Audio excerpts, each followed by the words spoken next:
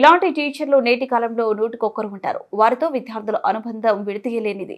అలాంటి టీచర్ బదిలీపై పోతుంటే ఆ అమ్మాయిలు ఎలా ఏడుస్తున్నారో చూడండి. అనంతపురం జిల్లా ఆత్మకూరు మండలం మదిగుబ్బ గ్రామ ఉన్నత పాఠశాలలో ఇంగ్లీష్ ఉపాధ్యాయుడిగా 8 సంవత్సరాలు పనిచేసి ఉన్నత విలువలతో కూడిన పరిపూర్ణ వ్యక్తిత్వంతో అత్యున్నత బోధనతో మంచి ఉపాధ్యాయుడిగా విద్యార్థుల మనసులోనే చెరగని ముద్ర వేసిన ఇంగ్లీష్ ఉపాధ్యాయుడు రమణ సార్ సన్మాన కార్యక్రమం సందర్భంగా విద్యార్థులు బాధను దిగమింగుకోలేక ఉద్వేగంతో బోరున విలిపించారు. గ్రామస్తులు ఉపాధ్యాయులు సైతం చూసి ఆ దృశ్యాన్ని చూసి కన్నీరు పెట్టారు.